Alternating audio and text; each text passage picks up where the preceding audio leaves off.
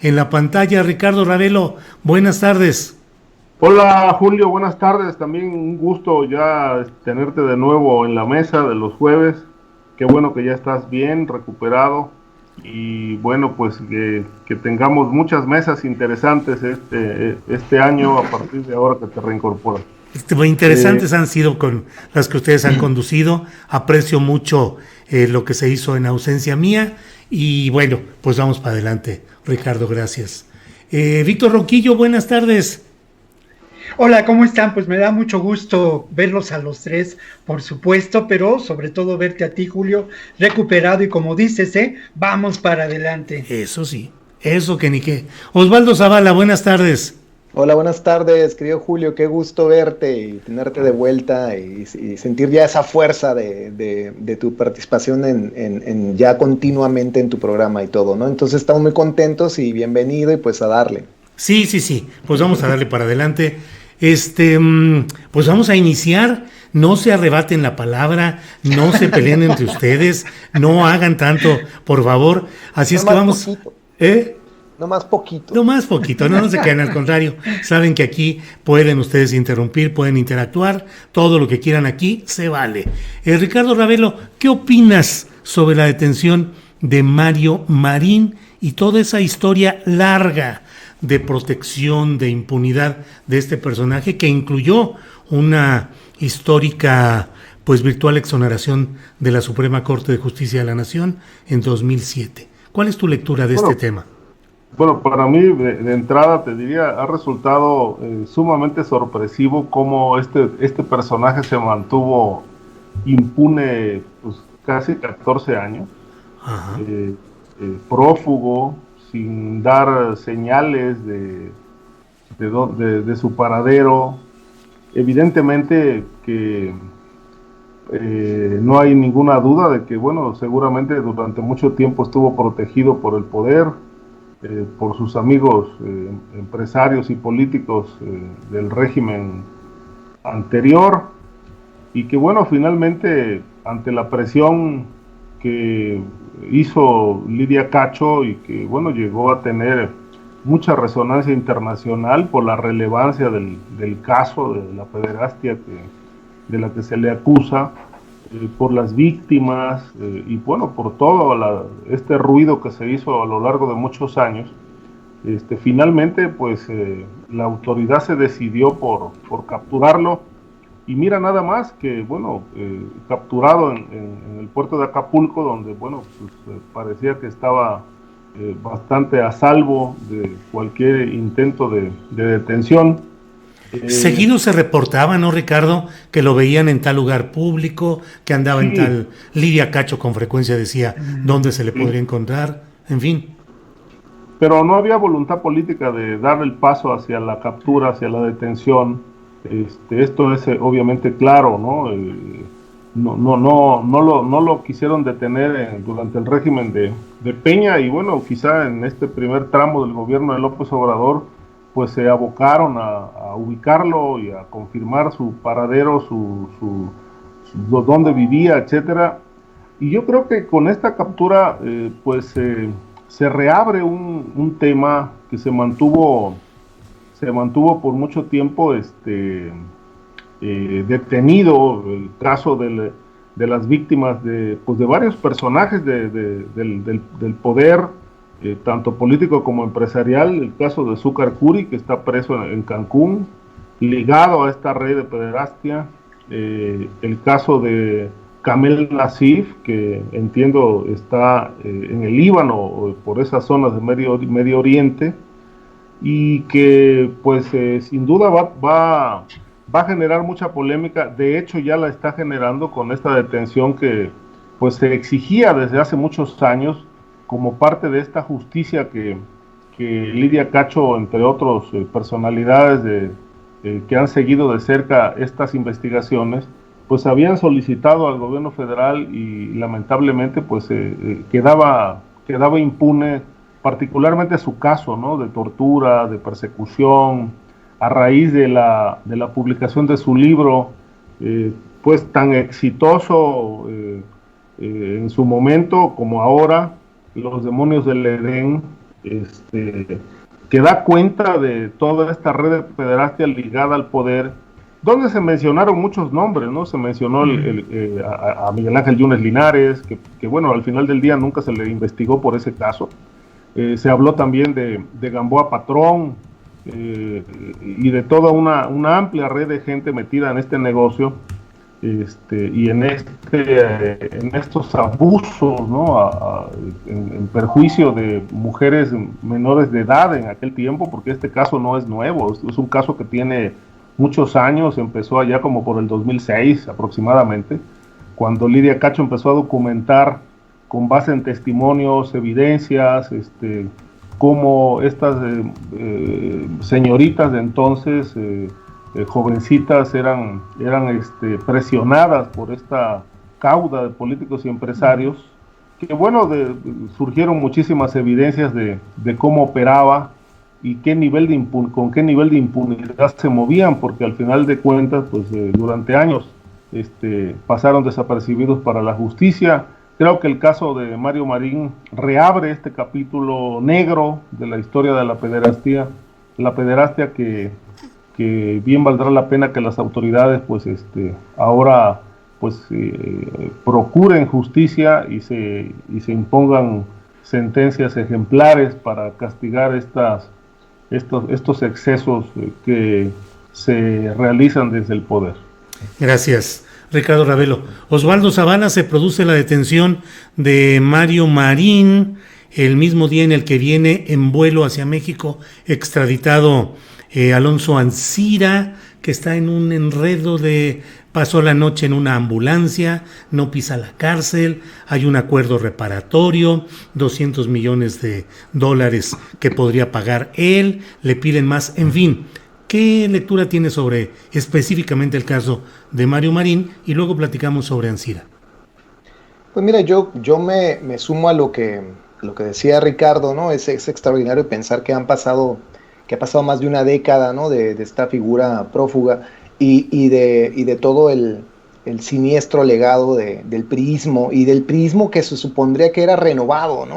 que era el priismo que venía a traer una nueva cara, ¿no? del legado profundamente oscuro que dejaron las décadas de gobiernos priistas. Y pensaba en esto recordando también cómo se presentaba a los jóvenes políticos del peñanetismo, ¿no? Como, bueno, jóvenes en ese tiempo, ¿no? Como César Duarte o Javier Duarte, ¿no? Y pensar que todos ellos han sido ya en un muy corto plazo, pues, desenmascarados como lo que hicieron, ¿no? Pues una red de protección de impunidad y de pactos de corrupción que no se reduce solamente, y eso es algo que yo quisiera enfatizar, ¿no?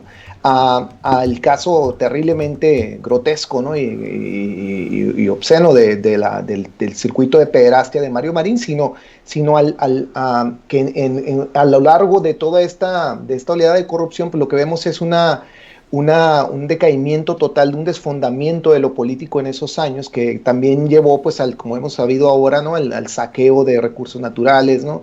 Al saqueo de petróleo, de energéticos, etcétera, ¿no? Y al entreguismo del país. Entonces, lo que me parece extraordinario es que todo lo que se degradó a un nivel político también se degradó a un nivel moral, ¿no? Y entonces estamos ante una debacle total de un sistema, ¿no? De una promesa de un sistema y finalmente de un proyecto de nación, ¿no? Que terminó totalmente derrotado, ¿no? Y oscurecido por estos pactos de corrupción. Entonces, y yo me imagino que hablaremos de eso en algún momento, pero lo que también me parece importantísimo señalar, y creo que es algo que ha dicho Lidia Cacho en recientes declaraciones, ¿no?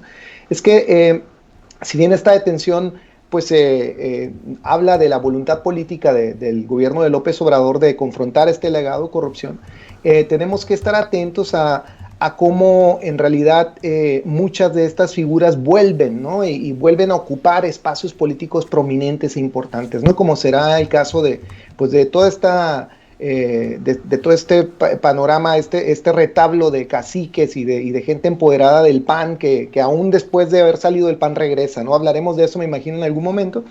Y entonces finalmente lo que yo quisiera a poner sobre la mesa es cómo la corrupción y los pactos de impunidad son olas que regresan, ¿no? en la historia del sistema político mexicano. Es decir, son cosas que van ocurriendo, pero que luego se se reciclan y vuelven a nosotros, ¿no? Y tenemos estos personajes que, independientemente de su largo historial dudoso, ¿no? y lleno de preguntas y de cuestionamientos serios, reaparecen en la vida pública y están constantemente dominando, ¿no?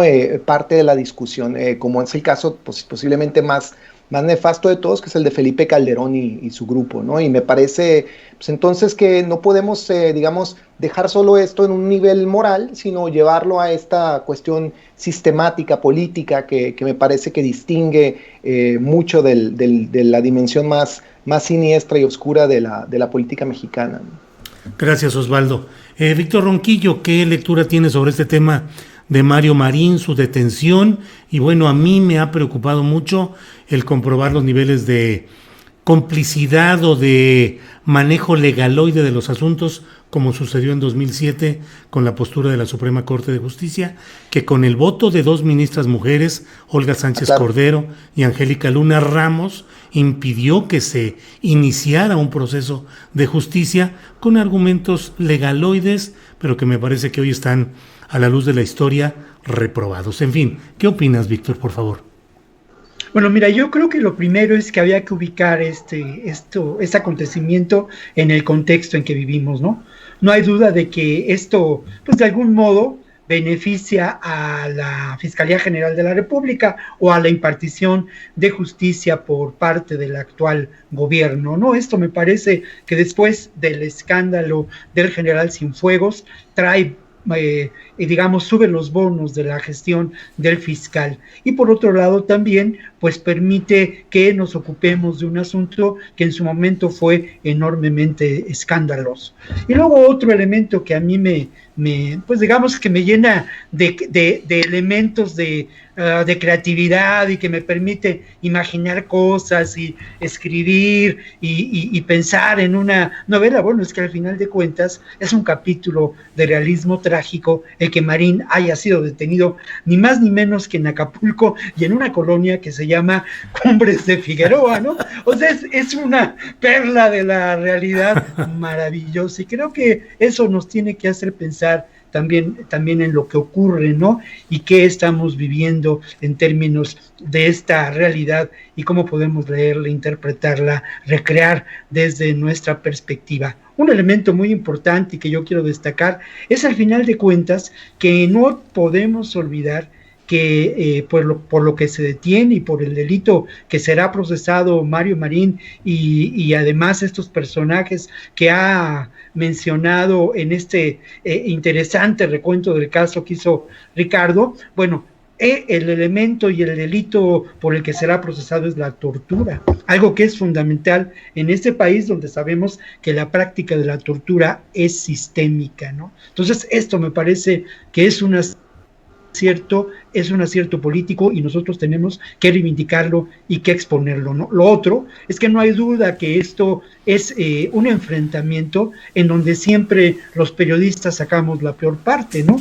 Ese enfrentamiento de nosotros los periodistas independientes que pues intentamos ir adelante, nos la jugamos el pellejo y bueno, en ocasiones de una manera pues totalmente desprotegida, porque al final de cuentas se hizo mucho escándalo, pero Grijalvo no levantó la voz para apoyar a Lidia Cacho, ni tampoco los medios. Fuimos pocos los periodistas en ese momento que hicimos ver pues la vulnerabilidad con la que actuamos frente al poder económico, frente al poder político y frente al poder caciquil que representa Marín, ¿no?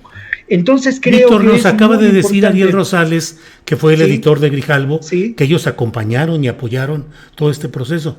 Tú dices que no fue así. Mira, yo no quisiera yo de ninguna manera, yo respeto mucho a Ariel, lo respeto mucho intelectualmente y a lo mejor tengo una impresión ya con el paso de los años equivocada, pero creo que en el sentido del acompañamiento y del compromiso, si hubiera sido muy significativo, profundo y importante, yo lo recordaría. Quizá me equivoque, de ninguna manera quiero poner en entredicho la palabra de Ariel, que es alguien a quien yo respeto intelectualmente, pero creo que eso no invalida lo que de alguna manera ha ocurrido con muchos de nosotros, que en distintos momentos hemos sido víctimas de ataques perpetrados desde pues lo que podemos considerar esos poderes fácticos, ¿no? Y obviamente pues desprotegidos y víctimas de ¿cómo llamarlo?, de la indolencia por lo menos, y en ocasiones de la complicidad de los medios a los que hemos beneficiado con nuestro trabajo, ¿no? O sea, eso es parte quizá de otra discusión, de otro argumento, pero yo insistiría en este carácter importante, sobre todo, de la oposición entre el poder político y económico, la denuncia por una parte de Lidia Cacho, y al final de cuentas que después de 15 años se hace justicia en un momento conveniente para el actual gobierno, sin duda. Ya hablaremos de los otros casos. Lo otro que yo quisiera mencionar, y sé que estoy abusando del tiempo, pero bueno, es el carácter de las víctimas, ¿no? No olvidemos a las víctimas de la pornografía infantil, no olvidemos a las víctimas de esta terrible red de explotación sexual de menores de edad. En esos años, o poco antes de esos años, publiqué yo un libro que se llama La trata de personas, los niños de nadie, la trata de personas a ras de asfalto, y uno de los testimonios que son determinantes en ese libro, pues, y de un documental que armamos con Seidas y que todavía se encuentra en YouTube, bueno, es un testimonio que habla precisamente de una víctima de esa red que tenía uno de sus lugares centrales de explotación, la Puebla de Marín. Bien, les pido, a reserva de que entremos ya con más amplitud al tema de Ancira, solo les quiero pedir una reflexión rápida de un minuto y luego ya tomamos el tema Ancira, comenzando con Ricardo Ravelo. Ricardo, ¿crees que pueda darse una sanción ejemplar y fuerte en el caso de Mario Marín, o que las circunstancias van a hacer que un poquito más adelante, con cualquier subterfugio, la sanción sea menor o no pase de algún aspecto pues más bien superficial? Y si el grupo, y pienso en el involucramiento que se habló de Miguel Ángel Yunes, de Emilio Gamboa, si todos ellos van a quedar simplemente intocados, por favor. Pues mira, Julio, no deberían quedar intocados, porque yo he escuchado en distintos momentos el análisis que ha hecho Lidia Cacho de toda esta situación que ella denunció. Y bueno, lo que yo percibo es que hay suficientes elementos probatorios para poder llevar a prisión a estos hombres. Hay un amplio expediente que implica a Yunes, digamos que hablan de reuniones, hablan de encuentros, hablan de lugares, están los nombres de las jovencitas que fueron citadas, ellas mismas dan detalles muy claros de quiénes eran estos personajes, cómo las presionaban para poder abusar de ellas, por un lado. Por otro lado, hay muchísimos elementos también de cómo se orquestó la tortura a Lidia Cacho, más aún con la agravante de que fueron servidores públicos los que ordenaron estas vejaciones, y particularmente se señala a Mario Marín como el que dio la orden para que se diera este trato hostil a Lidia Cacho, cuando fue detenida en Cancún y trasladada a Puebla, toda esta tortura que ella de la que ha dado cuenta en muchas intervenciones. De tal suerte que, bueno, sería muy lamentable que el reino de la impunidad se impusiera sobre la legalidad, más aún en el gobierno de la Cuarta Transformación, donde, bueno, una de las banderas que se ondea con frecuencia es el de la justicia, y creo que, bueno, habiendo elementos para enjuiciar a estos personajes, pues no debería quedar impune ningún caso, ningún personaje. Ahí están libres, en efecto, Yunes, Gamboa, entre otros importantes que se mencionan en ese voluminoso expediente, pero que creo que esta detención de Marín abre la posibilidad de poderlos llamar a juicio y fincarles responsabilidades. Creo que en una labor bastante amplia y justa sería que la Fiscalía realmente pues concluyera ya de todas este asunto, lo cerrara con un expediente consignado amplio que diera pie a una, como lo dije al principio, a una sentencia ejemplar, que es, desde mi punto de vista, la tienen más que merecida estos personajes. Ajá. Justamente por el cúmulo de evidencias que los implican. Bien, gracias, Ricardo. ¿Tu opinión sobre este tema, Osvaldo Zavala? ¿Castigo proporcional a Mario Marín o simplemente un momento circunstancial? ¿Y qué puede pasar con personajes como Yunes y como Emilio Gamboa, hasta ahora tan intocados? Mira, si la pretendida cuarta transformación ya no tiene el espacio para dejar otra vez en entredicho el discurso anticorrupción y antiimpunidad del presidente López Obrador. Y creo que, pues como en el caso Cienfuegos, ¿no? Me parece que aquí están otra vez en una encrucijada y ante la obligación de convencer a la ciudadanía de que este proceso judicial va a ser correcto y va pues a llevar hasta las últimas consecuencias la seria acusación en contra del exgobernador y toda la cuestión de la tortura que señalaba Víctor.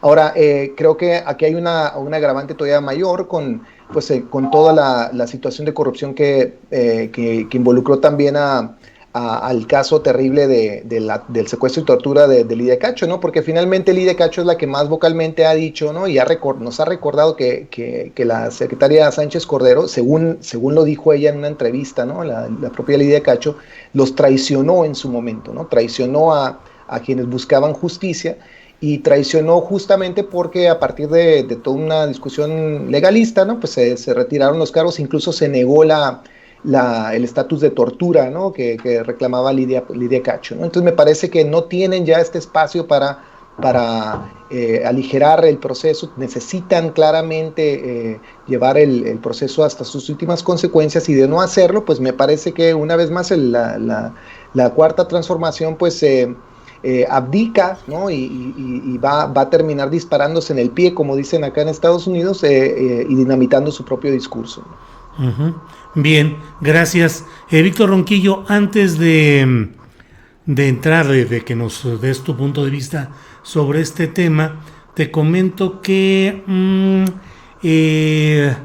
nos hacen saber que fue un error de Julio Klockner, en este caso, una mención que hizo Ariel Rosales de que habría orden de aprehensión contra Javier López Zavala, quien fue secretario de Gobernación de Mario Marín y secretario de Desarrollo Social y candidato a la sucesión del propio gobierno, que no hay tal, que no está confirmado, que hubo un error. Y por otra parte también me hacen un comentario en el cual me dicen que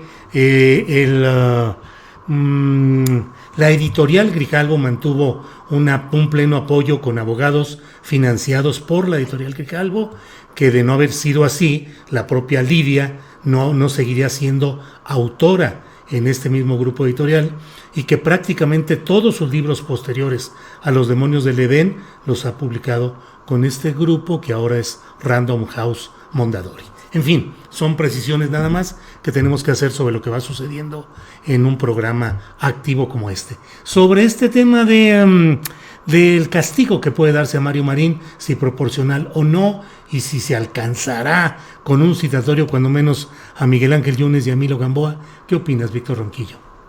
Sí, bueno, lo primero reconocer, pues sí, hay que aceptar, quizá la dimensión del caso fue tan importante que así ocurrió. Yo reconozco que Random House Mondadori, en mi caso como autor, ha tenido la deferencia de un buen trato, pero eso no invalida mi comentario, de que los periodistas que nos afrontamos estas historias, que nos atrevemos a publicar, que hemos llevado a la vanguardia en muchos de estos temas, lo hacemos en un terreno francamente inhóspito y en la desprotección. Es una aguja, es una golondrina solamente este caso, ¿no? En la mayoría de las veces actuamos de otro modo, y eso ahora sí que yo mismo lo he vivido en muchas ocasiones. Pero en fin, yendo a esta historia, mira, me parece que lamentablemente lo que está en juego es otra vez este tema de los pactos de silencio y las complicidades que pueden existir en un sistema que no acaba de terminar. Un sistema político que tiene uno de sus elementos centrales y de constitución, la vinculación con este espacio de criminalidad. Si leemos de manera diferente cómo se constituyó el imperio criminal de Marín en Puebla, si vemos qué nexos políticos tuvo y mantiene hasta el día de hoy, podemos poner en duda el que se avance en la investigación. Lo que ocurre es que sin duda también son tiempos diferentes, son tiempos en donde precisamente la voluntad política es determinante para llevar adelante estos casos. Yo vuelvo al concepto que aquí hemos mencionado y que quisiéramos escuchar más veces por parte de la Secretaría de Gobernación, que por ahí de pasada lo mencionó la semana pasada cuando ha tenido, pues eso, ¿no? El turno en la mañanera.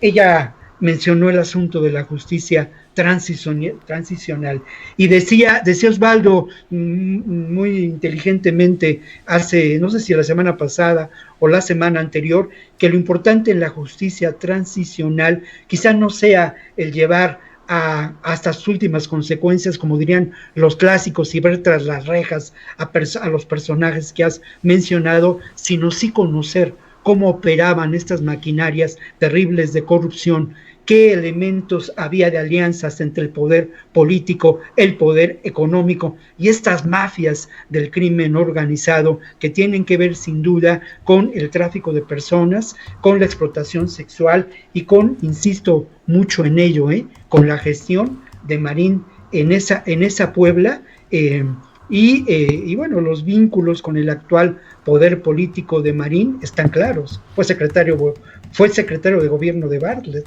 ¿no? O sea, esto nos puede hacer pensar. Y la otra, yo no creo que sobre todo Gamboa Patrón, que parece en el retiro, sea así. El viejo PRI, los dinosaurios del viejo PRI siguen moviendo la cola, ¿no? Y permanecen.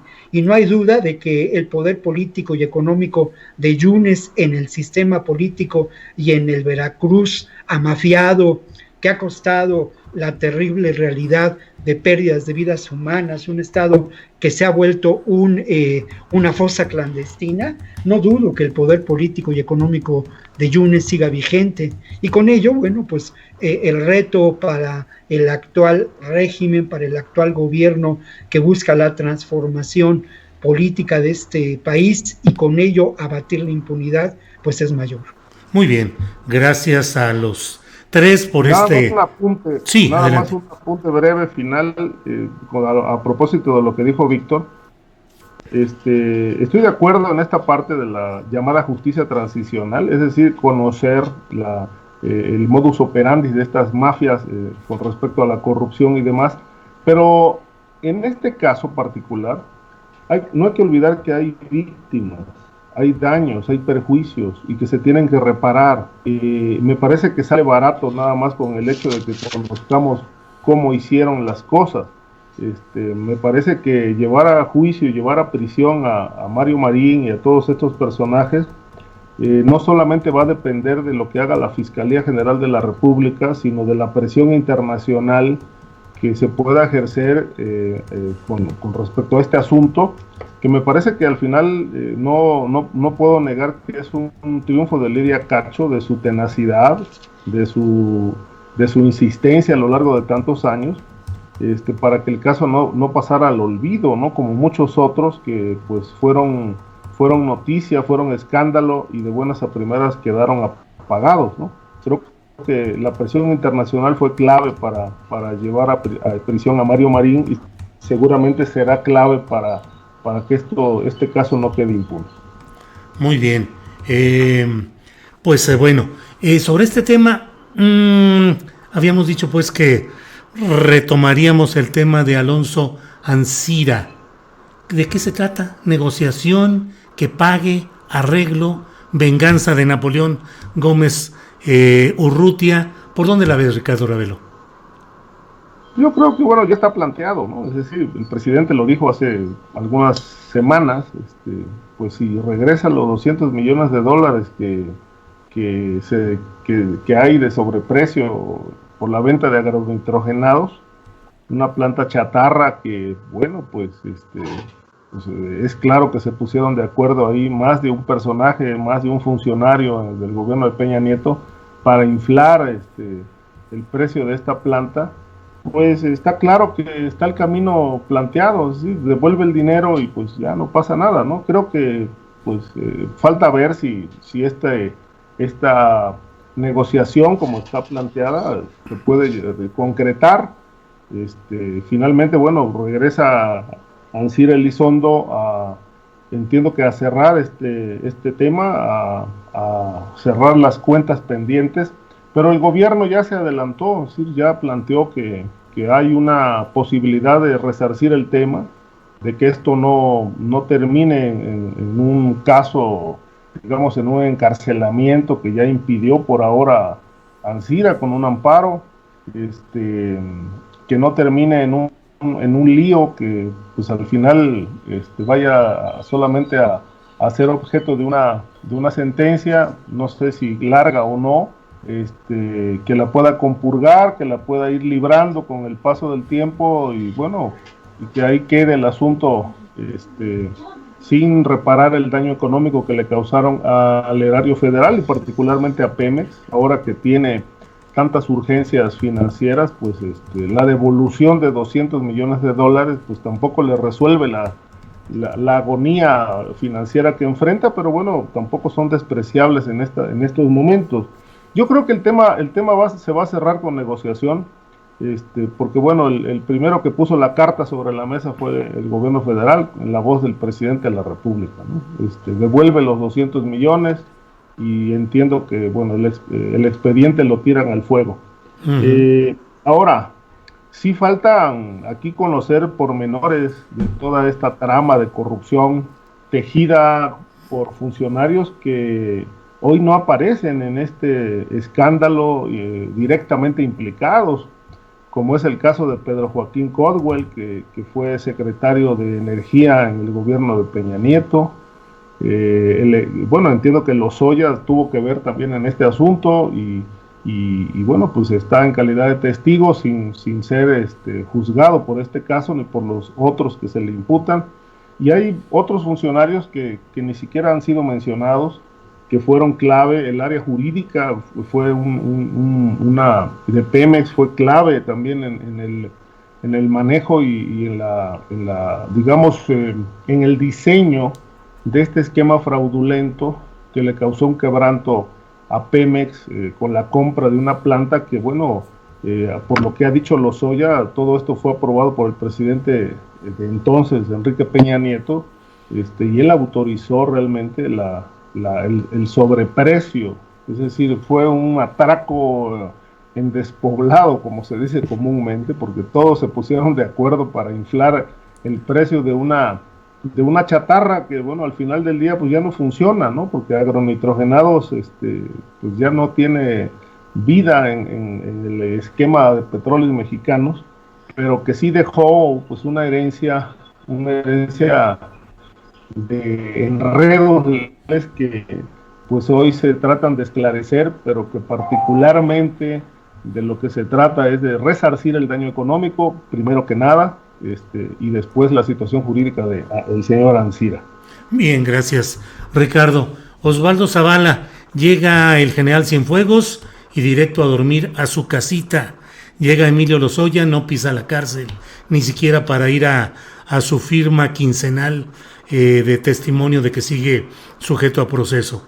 Ahora Alonso Ancira se escabulle en una ambulancia, ahí se mete, ahí pasa la noche, se ha reanudado ya la audiencia judicial y la discusión es si queda en libertad provisional o si queda en una prisión domiciliaria o preventiva en la cárcel en sí misma.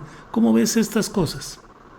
Bueno, yo creo que estamos hablando de diferentes niveles y de dimensiones de corrupción que podríamos tal vez pensar por separado, ¿no? Retomando la discusión que planteaba Víctor hace un momento, ¿no? Cuando hablaba de justicia transicional, estoy completamente de acuerdo en que en estos procesos, por lo menos esa ha sido una parte de mi intervención, la recordaba Víctor hace un momento. Creo que es muy importante entender el grado y los mecanismos de la maquinaria de corrupción que se llevó a cabo durante el sexenio de Enrique Peña Nieto sobre todo, y que en un segundo plano a mí me importa, no sé si menos, pero entiendo que es un poco menos urgente, ¿no? El saldar cuentas con sentencias carcelarias ya propiamente, ¿no? No porque no quiero que ocurra, sino porque en una primera instancia me parece sumamente importante comprender ya no solamente los entramados de esta corrupción, si cuánto dinero recibió Emilio Lozoya, si los 3.5 millones que recibió como soborno para la compra de agronitrogenados, se explica por sí solo, digamos, la maquinaria. No, yo creo que lo que ocurre es que tenemos todo un circuito de corrupción transnacional donde se involucran empresas como Odebrecht, donde la pulsión del neoliberalismo mismo es la que está realmente revelándose como aquello que constituye una forma de hacer política a base de la corrupción y la impunidad. Entonces no es algo propiamente de México, sino que, como nos mostró el caso de Odebrecht sobre todo, pues es una condición más bien sistémica del capitalismo global. Entonces a mí me interesa mucho, digamos, ir de lo micro, ¿no? El caso Anciras y Altos Hornos y agronitrogenados hacia lo macro, ¿no? Y llegar a pensar que en este plano en esta historia de corrupción, lo que vemos es la dimensión más inherente a la producción de fortunas y la circulación de élites político-empresariales propias del neoliberalismo. Entonces, pensado de ese modo, ¿no? Entender la magnitud y la profundidad de este aparato que es transnacional, que depende de instituciones bancarias globales, que involucra incluso a bancos que se supondría que fomentarían el desarrollo latinoamericano, como el Banco Interamericano de Desarrollo o el Banco Mundial. Entonces me lleva a comprender que no es solamente una trama de corrupción en el país, sino la forma de hacer política propiamente del siglo XXI. Entonces yo creo que ahí es donde creo que el término justicia transición me parece mucho más efectivo. Digamos, es lo que decía Borges en algún momento, es la importancia de comprender, ¿no? La importancia de entender el nombre correcto de las cosas y luego después, si se quiere, dirimir cuentas, ¿no? Ya saldar los circuitos de sentencias carcelarias. Entonces, no estoy diciendo con esto que hay que dejar pasar, ¿no? a estos personajes y no llevarlos a prisión, sino que ya hemos ganado mucho como ciudadanía, destapando estos ciclos de corrupción y llevarlos a la luz pública. Y no olvidemos que hasta el gobierno de López Obrador no se había hecho absolutamente nada en el caso Odebrecht. No sabíamos absolutamente nada de la venta de recursos, de la entrega más bien de recursos energéticos durante la mal llamada reforma energética, que no fue sino pues un acuerdo delictivo. Y además que tiene todo esto ecos en el presente de funcionarios en activo, no solamente aquellos que estaban prófugos. Estoy pensando en los ahora gobernadores, el gobernador Cabeza de Vaca, por ejemplo, ¿no? Y todo el ciclo de corrupción que continúa activo. Entonces, para mí, digamos, la relevancia de entender estos fenómenos no me deja solamente en la exigencia de la justicia en términos de sentencias carcelarias, sino de comprender que estos procesos incluso no han caducado y que siguen presentes en mucha de la política doméstica, ¿no? Ahora, dicho esto, pues sí, ojalá que tanto Lozoya como Ancira y el propio general Cienfuegos sean sometidos a un proceso judicial creíble. No creo que vaya a ocurrir, sobre todo en el caso de Cienfuegos, ya lo hemos discutido antes, pero me queda el consuelo, por lo menos que como ciudadanía, estamos abriendo una etapa verdaderamente de justicia transicional donde, aunque haya límites para esa voluntad política del presidente López Obrador y aunque se hayan cometido múltiples errores y nos decepcione de diferentes modos este proceso, estamos en una avenida insólita en la historia del país. Y terminaré diciendo esto: no hay ningún proceso de justicia transicional en el planeta que haya dejado satisfecha a su ciudadanía. ¿no? Que haya permitido que todo un conjunto colectivo ciudadano diga, claro, se hizo justicia, de lo que eso jamás ha ocurrido, y tendremos más bien pues que aceptar que en la imperfección de nuestro sistema político hemos dado un paso increíblemente positivo y vigoroso a entender, ¿no? el grado de corrupción e impunidad, no solo anterior, insisto, sino incluso que continúa en muchas de estas figuras políticas en activo. Gracias, Osvaldo. Víctor Ronquillo, ahorita que hablábamos de esta continuidad de la clase política depredadora, en las listas de candidatos a diputados federales privilegiados en lugares, los plurinominales que van a llegar, pues están encabezados, por ejemplo, por Rubén Moreira, exgobernador de Coahuila, con toda la historia de los Zetas, o sea, Diputación Federal segura, por una circunscripción. Por otra circunscripción, su esposa, Carolina Villano Austria, de los grupos más caciquiles y más oscuros de Hidalgo. Y en otros puestos, pues los juniors de la política, otro de los hijos de José Murat, que ya estuvo como senador suplente de Manuel Velasco, es el suplente en el Senado y ahora va de candidato a diputado Eduardo Murat Hinojosa. Y también va Pablo Gamboa Miner, hijo de Emilio Gamboa Patrón. Pero bueno, ¿qué opinas sobre el caso Ancira y sus ramificaciones? Por favor, Víctor Ronquillo. Bueno, pues es que me has dejado, digámoslo así, me has tentado para hablar Adelante. Precisamente de esta realidad, ¿no? En donde lamentablemente la realidad del sistema político mexicano es la siguiente. Ese sistema político mexicano sigue vigente. Al final de cuentas, este proceso que estamos viviendo para que este sistema se transforme apenas se inicia, y lo que encontramos pues es al final la presencia de personajes que nos remiten a esa realidad política, social, económica que llamamos neoliberalismo y que tiene que ver con pues el cambio que tuvo el PRI en la época de Salinas, ¿no? No hay duda, y bueno, te faltó señalar a Margarita Zavala y a los personajes ligados al PAN que de alguna manera también regresan, precisamente, ¿no? Y vinculándolo con el otro tema de reflexión que pone sobre la mesa Julio, bueno, al final nos encontramos precisamente con procesos de transformación históricos, con procesos de cambio político que no se dan de un plumazo y que sí tienen como punto de partida, a mí me parece que la voluntad política,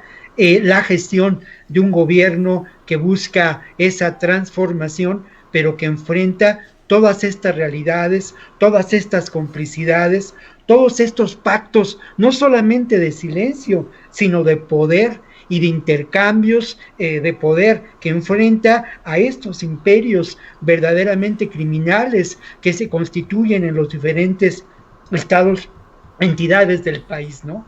O sea, el reto es verdaderamente grande, y tú lo mencionabas, hay 3 casos que en este momento forman parte de lo que podemos llamar tristemente la tragicomedia nacional, como lo decía el maestro José Agustín, precisamente en libros publicados por Grijalvo, ¿no? Libros muy importantes porque documentaban esta realidad del sistema político mexicano y su funcionamiento hasta el gobierno de Peña Nieto, ¿no? Y bueno, lo interesante de ello y lo que yo quisiera resaltar es cómo esto no ha cambiado, ¿no? Y estos personajes de la actual tragicomedia mexicana, Cienfuegos, Marín, Ancira y Lozoya, pues de alguna manera Marín no lo sabemos todavía, ¿no? Pero los otros 3 fueron beneficiarios de este proceso. Y lo otro, ya también lo hemos señalado, y el caso Cienfuegos nos dio motivo para hacerlo de manera contundente. Al final de cuentas, la Fiscalía General de la República y el espacio de la Procuración de Justicia son la parte más atroz que provoca mayor dolor humano del sistema político mexicano. Son las partes o son los elementos más atrasados, las partes más enmohecidas, más corroídas por la corrupción que persiste en el sistema político mexicano. El reto es muy grande y sí me parece que, bueno, les toca de alguna manera a quienes en este momento ocupan espacios de decisión política, como el propio López Obrador, como Olga Sánchez Cordero y como muchos otros, el gestionar esa posible transformación.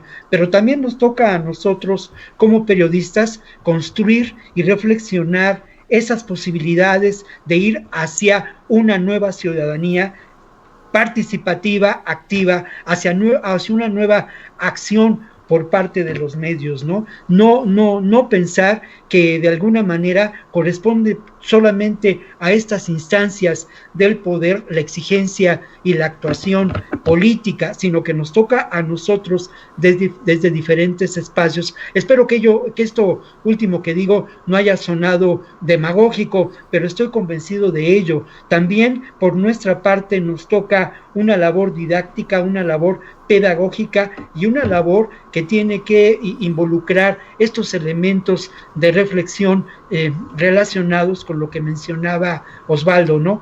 De una justicia transicional. Bien, gracias Víctor Ronquillo.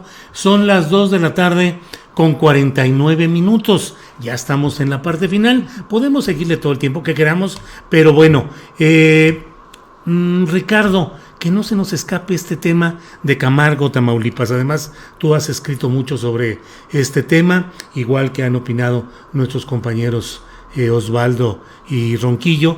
Pero, ¿cómo ves este tema de lo que ha sucedido en Camargo, Tamaulipas, y el gobernador que dice que no habrá impunidad?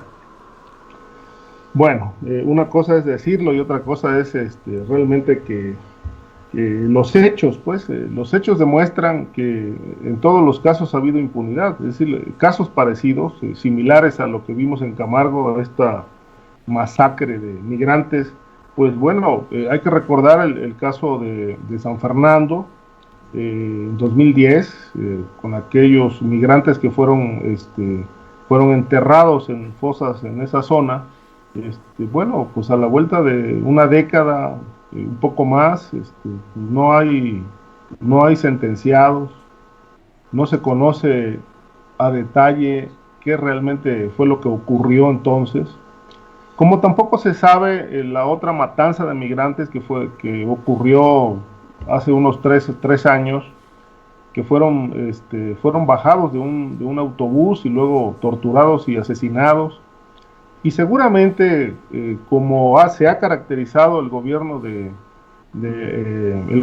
Tamaulipas de cabeza de vaca, pues tampoco conoceremos pormenores de realmente qué grupo mafioso, o bien qué grupo institucional, qué tipo de policía estuvo implicado en esta matanza. Pero sin duda que da cuenta de que Tamaulipas desde hace mucho tiempo debió haber sido declarado un estado de excepción. Por algo menor... estado de excepción, decepcionante o de excepción.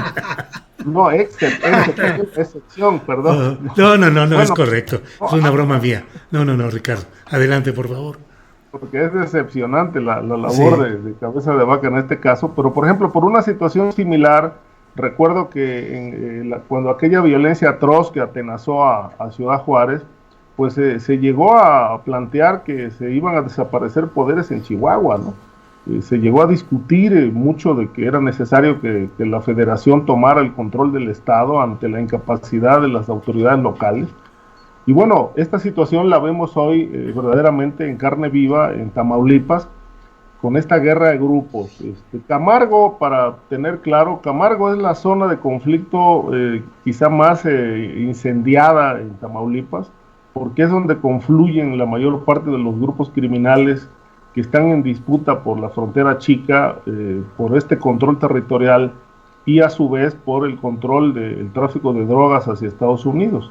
Pero no hay que olvidar que el tráfico humano es una de las actividades criminales pues, más rentables de estos llamados cárteles, y que debido a esta disputa de grupos, pues bueno, se están generando estas matanzas.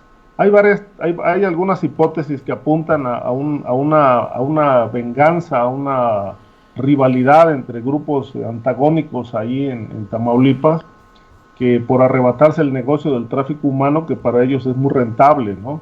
Que un grupo habría operado el presunto trasiego de estos migrantes hacia Estados Unidos, y que otro grupo, en venganza, pues procedió a esta brutalidad cometida con el asesinato de estos 19 guatemaltecos que, pues hasta donde las autoridades han indagado, fueron asesinados en un punto distinto de donde aparecieron, porque donde los encontraron pues ya estaban totalmente calcinados.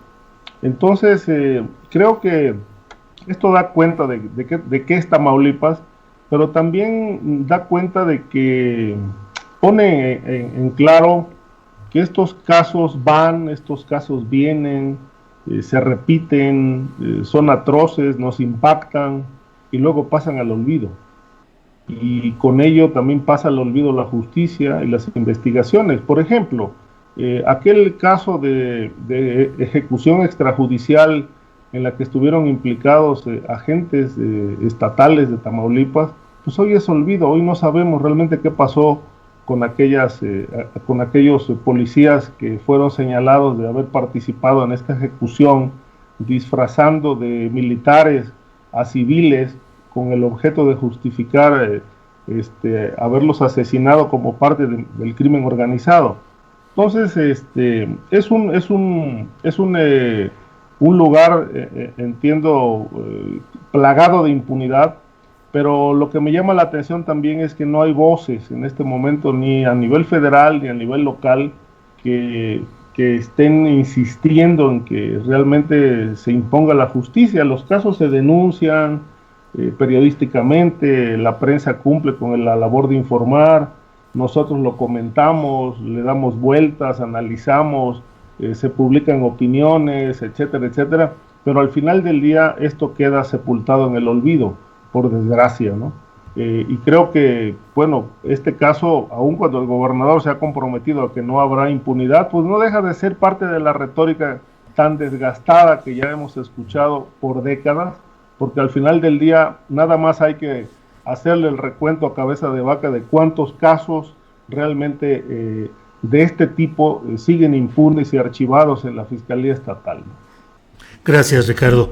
Osvaldo Zavala, ¿qué opinas sobre este tema de Camargo, Tamaulipas? ¿Qué refleja? ¿Qué trasciende? ¿Qué podemos extraer como lección de esto? Mira, a diferencia de otros casos donde hemos visto esta violencia que no cesa en Tamaulipas, aquí tenemos datos bien interesantes que me gustaría poner aquí a discusión. Primero, que se reportó originalmente, ¿no? Y muchos medios se fueron rápido con esta narrativa que había sido una cuestión de disputa entre cárteles, ¿no? El llamado cártel del Noreste y el cártel del Golfo. Incluso hubo una nota ahí de Proceso muy preocupante donde se hablaba del cártel de la migración, diciendo que habían sido agentes de migración quienes están involucrados en esto. No dudo que desde luego hay una dimensión delictiva por parte de muchos de los agentes de migración en México, pero esto yo no lo vi documentado en ninguna parte. Lo que sí parece que claramente está apareciendo es una evidente violencia de Estado, ¿no? Hubo una detención, ya se ha mencionado, ¿no?, de 12 agentes de la Policía Estatal. Algunos de ellos son parte de este grupo élite que se llama de Operaciones Especiales, el GOPES. Este grupo estatal, insisto, policía estatal, a pesar de que en algunos medios, sobre todo, me parece una manera muy tendenciosa, los medios estadounidenses hablan de policía mexicana, como si fueran todas las mismas policías, ¿no?, como si fuera una única policía mexicana.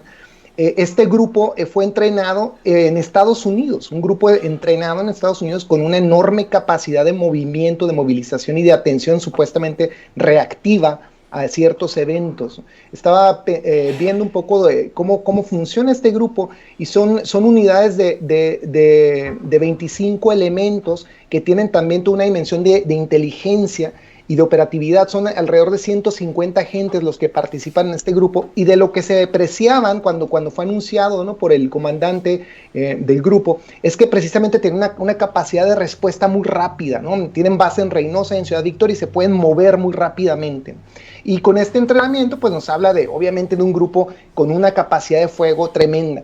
Que haya elementos de ellos detenidos y inculpados, o por lo menos acusados de participar en esta masacre, me despierta muchas alarmas, porque estamos hablando claramente de una dinámica de criminalidad policial que está arraigadísima en Tamaulipas y de la cual el gobernador Cabeza de Vaca no solamente está seguramente al tanto, sino que, como se ha señalado insistentemente, hay mucha sospecha, ¿no?, de que toda esta administración de la violencia por parte de las autoridades estatales, pues tiene muchos usos políticos e incluso territoriales, ¿no?, como hemos sabido, el despojo de territorios ricos en gas, en hidrocarburos. Entonces, me parece que es muy importante recordar todo esto porque de inmediato el evento se ha querido narrativizar como si fuera otro más de los casos de violencia donde el gobierno federal fracasa y no sabe qué hacer con otro de los muertos que se le va a sumar al gobierno de López Obrador. Me parece muy importante deslindar esto completamente y entender que estamos aquí en una dinámica mucho más doméstica, estatal, donde hay vínculos claramente de la policía estatal y, como recordaba Ricardo, hay muchos precedentes otros inmediatos que acompañan esta sospecha. El incidente del que hablaba Ricardo, que ocurrió el 5 de septiembre de 2019, donde la ONU documentó que la Policía Estatal de Tamaulipas había manufacturado un falso positivo, es decir, secuestraron a gente literalmente de sus casas, las obligaron a vestirse con uniformes del llamado Cártel del Noreste, a todos visos una organización bastante dudosa o ficticia o creada incluso por las propias autoridades estatales, y que supuestamente se confrontaron con la policía y a ellos se les culpó de ser miembros de la llamada Tropa del Infierno. Esta Tropa del Infierno, que es un supuesto brazo armado del Cártel del Noreste, fue el mismo que reapareció en la narrativa de Camargo. Se dijo que había sido gente de la Tropa del Infierno que había participado en la matanza de estos migrantes. Entonces, aquí tenemos claramente, ¿no?, un substrato de violencia estatal, una narrativa oficial que se trata de echar a andar y que tiene fines políticos evidentes, ¿no? Entonces, tenemos que avanzar con mucho cuidado y no mezclar, como insisto, como han hecho varios medios de comunicación, que esto responde, ¿no?, al clima de criminalidad y de los cárteles, de las disputas por la plaza. Ahora se habla de que había una disputa por la trata de migrantes, etc. Yo creo que aquí hay algo mucho más perverso, y como decíamos hace un momento en el caso del exgobernador Marín o de la acostumbrada impunidad política del sistema mexicano, pues aquí tenemos un Estado que está demasiado habituado a vivir, pues sí, en un estado de excepción, pero el estado de excepción, entendámoslo como se hace en teoría política, que es el momento en el que se sanciona como legítimo el delito y donde las instituciones estatales suspenden los derechos civiles y violentan deliberadamente el marco de lo legal con fines políticos en mente, ¿no? Entonces creo que tenemos que narrativizar esto correctamente y recordar que hay precedentes directos y que pues tenemos esa consigna pendiente, ¿no?, de una vez y por todas examinar con mucha claridad este clima de corrupción, esta dinámica de corrupción y de violencia estatal que se vive en Tamaulipas actualmente. Muchas gracias, Osvaldo. Sobre el mismo tema, Víctor Ronquillo, por favor, tu punto de vista. Bueno, lo primero que hay que mencionar, o que yo mencionaría, es que sin duda sí, el tráfico de migrantes es un gran negocio, y es un gran negocio a nivel mundial. Y sí, participan grupos del crimen organizado. Eso no lo podemos dudar. Tampoco podemos dudar el vínculo que existe y que ha existido en Tamaulipas, lamentablemente, desde hace mucho tiempo, entre el poder fáctico de los grupos de crimen organizado y el poder político, económico de grupos, digamos, de enorme preeminencia en el Estado, y parte de ese sistema político mexicano que, a querer o no, siempre ponemos aquí en entredicho su eficacia, su corrupción y su decadencia, ¿no? Siempre hablamos de ello. Yo creo que es muy importante ubicar también, en términos de lo que en este momento ocurre a nivel geopolítico, esta cruel matanza, ¿no? ¿Qué es lo que está ocurriendo a nivel geopolítico en términos del fenómeno y las dinámicas migratorias? Sin duda es muy importante la gestión, las órdenes ejecutivas generadas por el gobierno de Biden. Esto, de alguna manera, puede afectar a los intereses de este negocio. Por otra parte, no hay duda de que el actual gobierno mexicano buscará, o es de esperarse, que busque actuar de un modo distinto. Ojalá que sea posible y que no siga actuando como la Border Patrol del Sur. Esto por una parte en términos de la geopolítica. Hay más elementos, ¿no?, que valdría la pena señalar. La presencia, sin duda, también en términos geopolíticos de mafias transnacionales. Yo leía y platicaba también con algún colega reportero allá de Guatemala, ¿no?, que ha estado allá en la región de donde provienen las víctimas de esta atrocidad, en Comitancillo, un lugar en donde la migración se ha vuelto un recurso para la sobrevivencia, ¿no? Comitancillo, que se parece mucho al sur de nuestro país, que se parece mucho a la región de la montaña en Guerrero, que es la misma pobreza que vivimos en el continente, allá en Guatemala o en Honduras o en El Salvador. Y bueno, lo que ocurre es que al final de cuentas, allá en Comitancillo está arraigada también una mafia de traficantes de personas, una mafia que ha encontrado terreno fértil en la necesidad, en la clausura de futuro para muchos jóvenes.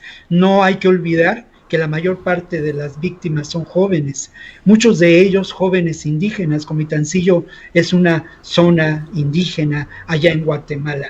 Entonces, esto me parece importante señalarlo. Ya en el ámbito de lo doméstico, pues no podemos olvidar que existen en este momento denuncias ya en la Fiscalía General de la República en contra de la construcción, o que denuncian la construcción de un imperio criminal de Francisco Javier García Cabeza de Vaca.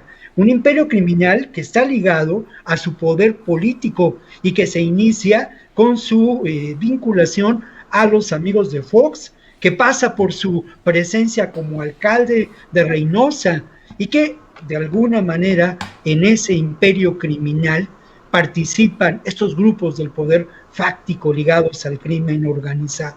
En la economía del delito, lo mismo es el tráfico de drogas, que el tráfico de indocumentados, que el tráfico de armas.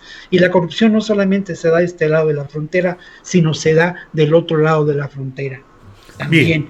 Y solamente, Julio, para concluir, adelante. Esto es muy importante en el territorio de lo doméstico. Vienen elecciones y precisamente en esta zona habrá elecciones de presidentes municipales en la frontera chica, una frontera chica que es de alguna manera muy importante para el trasiego de drogas, para el tráfico de indocumentados y para el control territorial de una zona determinante en lo que podemos considerar la geopolítica de estos negocios transnacionales de la economía del delito. Gracias, Víctor. Son las 3 de la tarde con 6 minutos. Les propongo un tema distinto a cada uno de algunos de los que teníamos contemplados para hoy. Ricardo Ravelo, el jefe de la oficina de Marcelo Ebrard como secretario de Relaciones Exteriores, es decir, Fabián Medina, dijo ayer que fue una mentira lo que dijo el embajador saliente de Estados Unidos en México, Landau, respecto a que México no había querido frenar o tener más información sobre tráfico de armas. ¿Qué opinas sobre este tema, Ricardo? No, yo creo que ahí sí ahí falta la verdad. Sí, es un tema, el del tráfico de armas, que ha interesado a la Secretaría de Relaciones Exteriores actual y que se ha mantenido en la agenda de discusión con Estados Unidos desde la administración de Trump. Sobre todo, bueno, hay que recordar que el gobierno de México fue a través de una nota diplomática que le solicitó a Estados Unidos información sobre qué pasó con Rápido y Furioso, aquella operación, como sabemos, que se basó en la introducción de armamento a México, que terminó en manos de los cárteles de la droga. Creo que en la discusión que han tenido ambos países en esta materia, sobre todo en el tema de violencia, México ha asumido la responsabilidad de enfrentar la violencia criminal, aun cuando los instrumentos estén bajo cuestionamiento y no sean los más adecuados, pero al mismo tiempo que se ha comprometido con este asunto, también le ha exigido a Estados Unidos trabajar a fondo en el tema de frenar el flujo de armamento hacia México. Cabe señalar que, bueno, desde hace varios años está puesto el reflector en el sentido de que las armas que disponen los cárteles, que no son pocas, pues han provenido de Estados Unidos, justamente porque allá la libertad para adquirir armamento es verdaderamente libertinaje, ¿no? No hay una regla, no hay reglamentación en este sentido, es un negocio la venta de armas, pero esta facilidad también ha permitido que los grupos del crimen organizado, a través de sus redes en Estados Unidos, puedan adquirir armamento completo, en partes, como sea, pero las introducen a México para tener verdaderamente, para robustecer su capacidad de fuego. Creo que no estoy de acuerdo con este punto de vista, en el sentido de que no haya interés en conocer este asunto del tráfico de armas. Por el contrario, creo que ha sido un punto sensible en la discusión de ambos países. Ahora, que no se haya llegado a resultados, eso es otra cosa.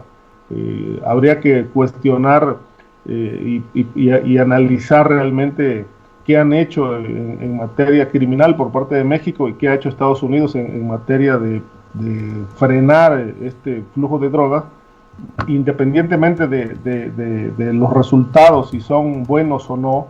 El hecho es que, bueno, yo recuerdo, el tema de las armas siempre ha estado presente en esta discusión bilateral, por ser estratégico, por ser importante para la seguridad nacional, tanto de México como de Estados Unidos.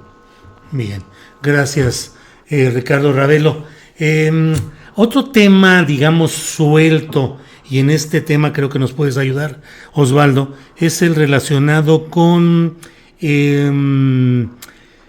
esta versión de que develar los términos de las acusaciones y los señalamientos de la DEA en el caso específico de Cienfuegos, del general Cienfuegos, no viola tratados. ¿Será cierto esto, Osvaldo? Pues mira, yo leí esa nota, me parece que, a ver, no soy un experto en cuestiones legales, pero el argumento que se esgrimió no me pareció del todo inverosímil, ¿no? Se dice que no, que México no violó el Tratado de Asistencia Legal, así le llaman, porque finalmente ese expediente se integró sin involucrar a México en el proceso, ¿no? El expediente de la DEA se hizo de un modo unilateral, desacatando precisamente este convenio y desatendiendo las obligaciones de cooperación binacional en materia de seguridad que supuestamente Estados Unidos asume también, no solo México, ¿no? Además me parece bien que se haya esgrimido este argumento, sobre todo porque México está tensando decididamente la relación de supuesta cooperación binacional con Estados Unidos en materia de seguridad, y me parece que es un momento propicio para hacerlo por varias razones. Primero porque, como hemos ya señalado antes en otras mesas, el gobierno de Joe Biden va a tratar de reinstaurar, ¿no?, esta mecánica de intervencionismo por medio de la cuestión securitaria en México, ¿no? Y no creo que es especular, porque lo vamos a ver reactivado precisamente porque se ha rodeado de los mismos funcionarios y de la misma lógica intervencionista del gobierno de Barack Obama. Lo hemos dicho aquí varias veces, ¿no? Muchos de los funcionarios que van a estar encargados, o casi todos, de la política exterior estadounidense vienen ya de esa experiencia calada de intervencionismo y de anti-inmigración, etcétera, ¿no? El nuevo encargado de Homeland Security pues fue una de las grandes figuras que estuvo encargada de la política migratoria del gobierno de Barack Obama, Alejandro Mayorgas.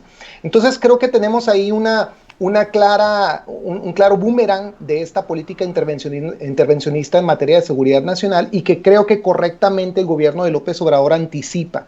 Entonces, poner sobre la mesa, no solamente decir que la DEA integró este documento sin involucrar al gobierno mexicano y desatendiendo sus obligaciones, al mismo tiempo me parece pues una oportunidad bien lograda y bien ganada de revisar todos estos convenios de cooperación y la actuación sobre todo de la DEA, que ya hemos dicho se pasea como Pedro por su casa y desreguladamente pues violenta el marco legal del propio país, la soberanía, etcétera, pero literalmente también comete delitos, ¿no?, como se ha documentado muchísimas veces en décadas anteriores.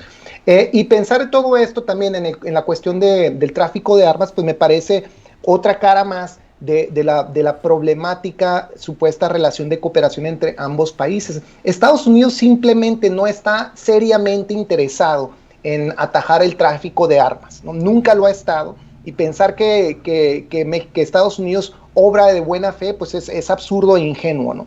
El tema de las armas se puso sobre la mesa desde los años 90, cuando se creó el grupo de contacto de alto nivel entre México y Estados Unidos en marzo de 1996, y cada vez que se reunió ese grupo en los siguientes años aparecía siempre páginas y páginas de un reporte donde Estados Unidos se comprometía a la regulación de las armas, etcétera. Pero sabemos que eso jamás va a ocurrir por dos razones. Primero, porque el mercado de armas pues, es un tema muy políticamente sensible en Estados Unidos por razones domésticas, ideológicas, ¿no? La defensa de la segunda enmienda, cómo la derecha ha capturado demagógicamente la aportación de las armas, y el espacio político estadounidense simplemente tiene muchísimo pudor para hablar de esto de un modo serio. Pero también al mismo tiempo porque Estados Unidos pues está como parte de su sistema de política exterior, está claramente abocado también a integrar la circulación de las armas como una parte fundamental de su política intervencionista, ¿no? Es decir, no es por eso, no es por nada que tanto Plan Colombia como Plan Mérida fueron precisamente una transferencia de dinero público a privado a las empresas armamentistas del planeta, ¿no? Que se hicieron ricos en parte con el uso de este dinero para supuestamente apoyar el combate al narcotráfico. Sabemos, ya lo decía Ricardo, que 70% por lo menos de las armas que se aseguran en México son de origen estadounidense, y Estados Unidos se ha negado una y otra vez a seriamente atajar el tráfico de armas, ¿no? Y que el embajador Landau esté bajo duda aquí sobre la verdadera cara que ofrece el país, pues no me sorprende para nada, ¿no? El embajador Landau siempre navegó de amigo de México, pero pues sabemos que tiene finalmente respaldaba, ¿no? El proyecto intervencionista, geopolítico, estratégico de Estados Unidos, y que en ello pues no hay ninguna sorpresa, ¿no? Que ahora tuitee que extraña las salsas picantes de México, pues me parece parte del folclore de la diplomacia estadounidense, pero no podemos olvidar que el embajador Landau pues representaba al gobierno más xenófobo y violento de la historia de Estados Unidos, ¿no? Claro. Y que la cara que viene, todo el aparato de diplomacia y de política exterior que le sucede a la era Trump no es ni por asomo menos violenta, ni más benigna, ni mucho menos, ¿no? Entonces yo veo bien que el gobierno de López Obrador se prepare y vaya tensionando de una vez esta terrible relación de subalternidad y de dominación que hemos tenido siempre con Estados Unidos. Entonces, exigir una mayor regulación, poner sobre la mesa todos los momentos en que Estados Unidos desataca el derecho y literalmente nos inunda el país de armas, pues me parece importantísimo hacerlo, ¿no? Entonces yo aplaudo que se contravenga toda el intervencionismo estadounidense y no le concedo ningún tipo de favor al aparato diplomático estadounidense, y ni mucho menos a su supuesta política para regular las armas, que es simplemente inexistente. Gracias, Osvaldo. Iniciamos esta mesa hablando con Ricardo Ravelo y vamos a cerrar con Víctor Ronquillo. Víctor, una oficina, la Oficina de las Naciones Unidas contra la Droga y el Delito, ha dicho que en 15 años se ha triplicado el número de menores de edad, en especial niñas, víctimas de trata en el mundo, y que América Latina es una de las regiones con más altos índices de este delito. ¿Qué opinas sobre este tema, Víctor? Bueno, mira, yo creo que este tema nos deja ver precisamente, y lo voy a decir de una manera quizá un poco singular, pero este tema expone claramente una condición terrible de los seres humanos en este sistema mundo que vivimos, ¿no? Seres humanos condenados a convertirse en mercancía, seres humanos condenados a ser víctimas de poderes fácticos, seres humanos utilizables y desechables, ¿no? Otro elemento importante de este informe y es que alrededor de 50,000 personas han sido víctimas en los últimos años de esta realidad de la trata de personas. Esto de acuerdo a este informe que revisa, pues bueno, información de las autoridades de 148 países, ¿no?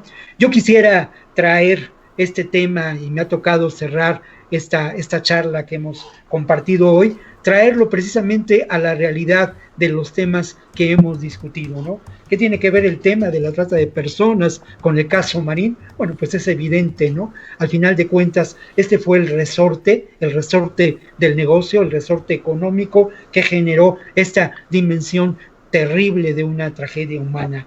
¿Qué tiene que ver con el caso de lo que ocurre en Camargo? Sin duda, detrás de ello está la utilización de estos seres humanos como mercancía, su posible aprovechamiento, el posible aprovechamiento de su fuerza de trabajo en asuntos y tareas vinculadas a la delincuencia en trabajo forzoso.